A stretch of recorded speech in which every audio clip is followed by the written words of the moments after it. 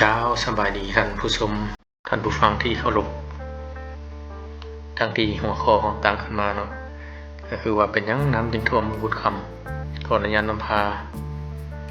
ท่านผู้ชมมาแลกเปลี่ยนบทเรียนกันเนาะพวกเราจะได้ยินข่าวถ้าว่ามีฝนตกหนักเนาะเมืองกุดคำเราก็เป็นเมืองหนึ่งที่จะได้ยินข่าวหมู่มีน้ำท่วมเนาะแต่เป็นยังน้ำจึงท่วมทั้งที่ว่าเมืองกุดคำเรานี่เป็นเขตที่ว่าที่ในเขตภูสูงเนาะอันนี้ครับเจ้าจะมายกตัวอย่างให้เบิ่งมาเบิ่งต้นมาเบิ่งลักษณะภูมิสันฐานของเมืองกุดคำเราอันนี้เมืองกุดคำเรามันล้อมรอบไปด้วยภูผาท่านผู้ชมอันนี้เป็นตัวเมืองของเราและเอามาเบิ่งลักษณะรวมของบรรดาบ้านภายในเมืองกุดคำเราเนาะเมืองกุดคำเราจะมีอยู่ทั้งหมด22บ้านและบ้านส่วนหลายมัน10กว่าหมู่บ้านเนาะจะอยู่ในภายในเขตนี้เบิดอันนี้เป็นบ้านคุณเงินและภูมิแหน่งอยู่นี่เนาะอันนี้เขตเป็นนี้ที่ว่าค่อนข้างสูงและลงมาทางเบื้องลุ่มแต่แม้จะผ่านผานี้ออกมาจะเป็นเขตพัฒนาฐานะเนาะจะมีอยู่3บ้านก็คือปูนเป็ดป่าช้างและบ้านนาคามันยังออกไปแล้วเนาะ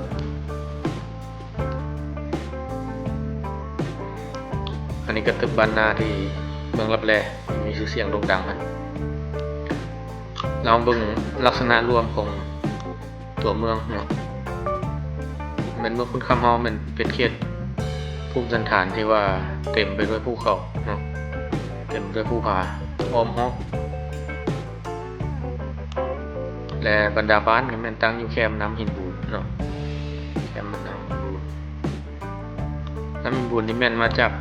เวลาเริ่มจากนาตาดเบืองนาตาดออกมาทำกองรอทำมหัศจรรย์กองรอนี้อันนี้มันใช้น้ำหินบูนนะครับเดี๋ยวยกตัวอย่างให้เบิ่งเห็นง่าย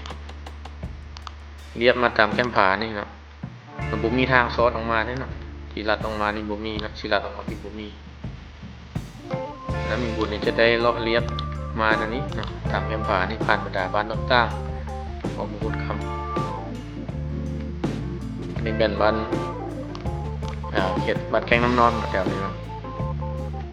แล้วลงมาบ้านนากลางอันนี้เป็นนากลางก็เรียกมาตามแคมผานี้อันนี้นาคำนะบ้านนาคำเลาะมาผาคล้องเนาะดอกเลี้ยมมาพี่มาคบกับน้ำไห้อยู่นี่เนาะมาคบกับน้ำไห้ใส่น้ำไห้มาทีเดี๋ยวเราจะอธิบายคืนนี้ไว้นะล้อออกมาจนมาฮอตว่าโอ้เป็นอย่างเคยมีแต่ภูผาเนาะคือเหมาะกับการเฮ็ดเขื่อนแน่นอนเนาะมีการก่อสร้างเขื่อนอยู่นี้เรียกว่าเขื่อนน้ำหินบุญแต่ว่าฮอตปัจจุบันนี้มันยังบ่ทันได้มีการปิดน้ำเนาะบ่ทันมีการอัดน้ำและว่าการก่อสร้างยังบ่สำเร็จอันนี้แต่ว่าตกไปเนาะปัญหาเขื่อนเนาะเกี่ยวกับเขื่อนนี้น้ำท่วมเนาะเลาะเลียบลงมาสำหรับใส่น้ำหินบุญเนาะเลาะเลียบขับคืนมาแคมผ่านเลยสายผู้ผ่านตรงนี้จนมาฮอต2ห้องนะจนมาฮอต2ห้องที่จริงพร้อมกลับไปถึงออกฮอตน้ำโขงนะ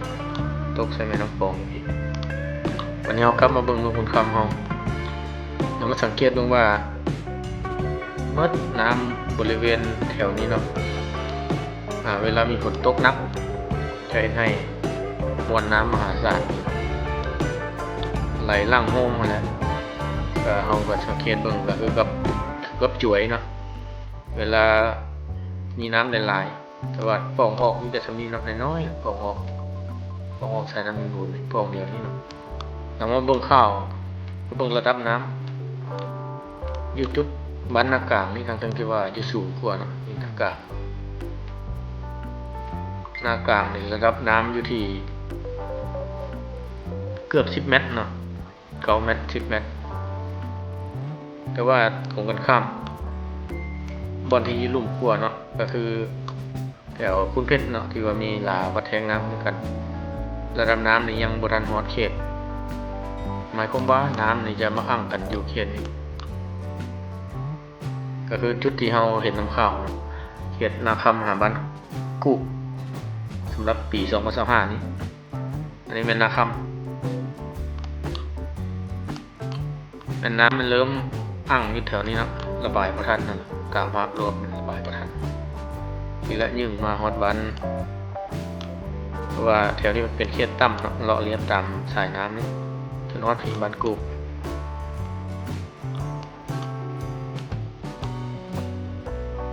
บรรดาหมู่บ้านต่างๆนี่มันเลาะเลียบตามแค่น้ำมินบุญเพราะว่าท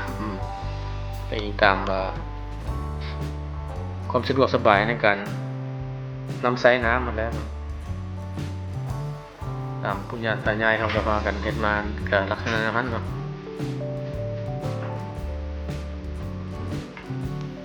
เวลากันเห็นหน้าก็ใส่อยู่แคมน้ำฮั่น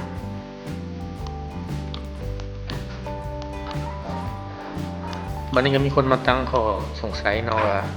บ่แม่นน้ำเขื่อนบ่ที่ว่าเฮ็ดให้ท่วมเนาะบัดนี้เฮาเบิ่งเขื่อนแม่นอยู่พี่เนาะเขื่อนเนาะสำหรับน้ำเขื่อนเนาะก็คือเขื่อนเทินหินบูนโดยรวมแล้วเขื่อนเทินหินบูนเพิ่นจะ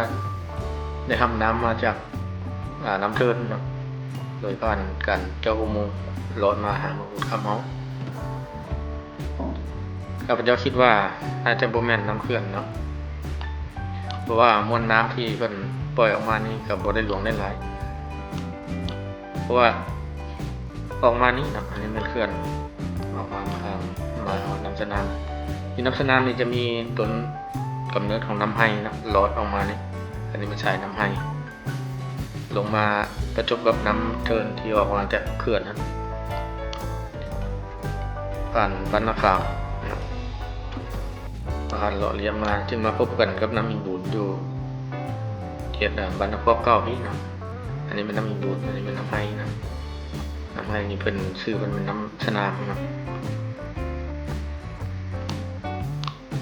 ยิงตามบ่อนเอิร์ธเนาะและในปัจจุบันนี้น้ำที่ออกมาจากน้ำไห้นี่ก็บ่หลายบ่มีหลายสมทบกับน้ำเทินแล้วน้ำเขื่อนแล้วก็ยังบ่หลายมาฮอดจุดนี้มันบ่มีผลกระทบจากไฟน้ำท่วมนะไฟน้ำท่วมแท้ๆมันจะมาอยู่เทิงพี่เนาะนับแต่พี่นับแต่นาคำพี่อันนี้เส้นทางที่ว่าเพิ่นได้ขี่เรือเนาะมันเริ่มจากแถวๆนี้แหละเนาะมันจะนำใส่เรือเวลาน้ำระบายบ่ทันน้ำออกบ่ทันนั้นเพราะว่าประชาชนอยู่เขตบ้านเขตนี้ก็แม่นในการใช้เรือในการข้ามทางบริเวณนี้เนาะ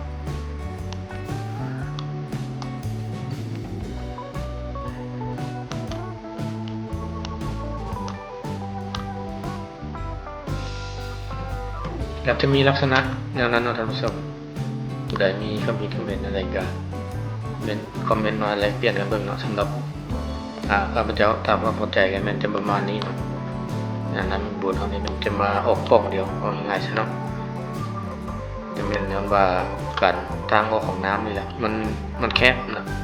เวลามวลน้ำมหาศาลคือน้ำฝนนั่นแหละฝนตกผ่านภูเขาฟ้าดงนี่ลงมาก็มาไหลโฮมกันอยู่ตามน้ำอินบูนนี่น้ำอินบูนนี่ยิ่งขึ้นนะยิ่งขึ้นมาท่วมอันนี้ก็มีน้ำนอนมาสมทบเมื่อเวลาปี2023มันกับน้ำท่วมเสร็จชุบหมดขัวพี่เนาะทางที่บนขัวมันสูงน้ำมวลน้ำนี่ก็ลดทำมาลดทำน้ำนอนมาก็สิเป็นน้ำฝนจากบริเวณอ้อมโดยอ้อมนี่แล้วมันก็พื้นที่ของเนี่ยได้สารออกมาไหลหลังโฮมลงบนเดียวนี้เนาะแต่จะมีลักษณะนั้นท่านผู้ชมถ้าว่าผู้ใดมีคำคิดเห็นอะไรก็คอมเมนต์อะไรเปลี่ยนกันเนาะสำหรับคลิปนี้ก็ขอจบเพียงเท่านี้เนาะขอบใจสำหรับการติดตาม รับชมทุกท่านถ้าผู้ใดเห็นว่าคลิปนี้มีประโยชน์แล้วว่าได้เข้าใจลักษณะภูมิสันฐานของเมืองเราเพิ่มขึ้นอย่าลืมกดไลค์กดแชร์เนาะเพื่อเป็นกำลังใจในการทำคลิปต่อไปสำหรับคลิปนี้รีฟาร์มขอกล่าวคำว่าสบายดี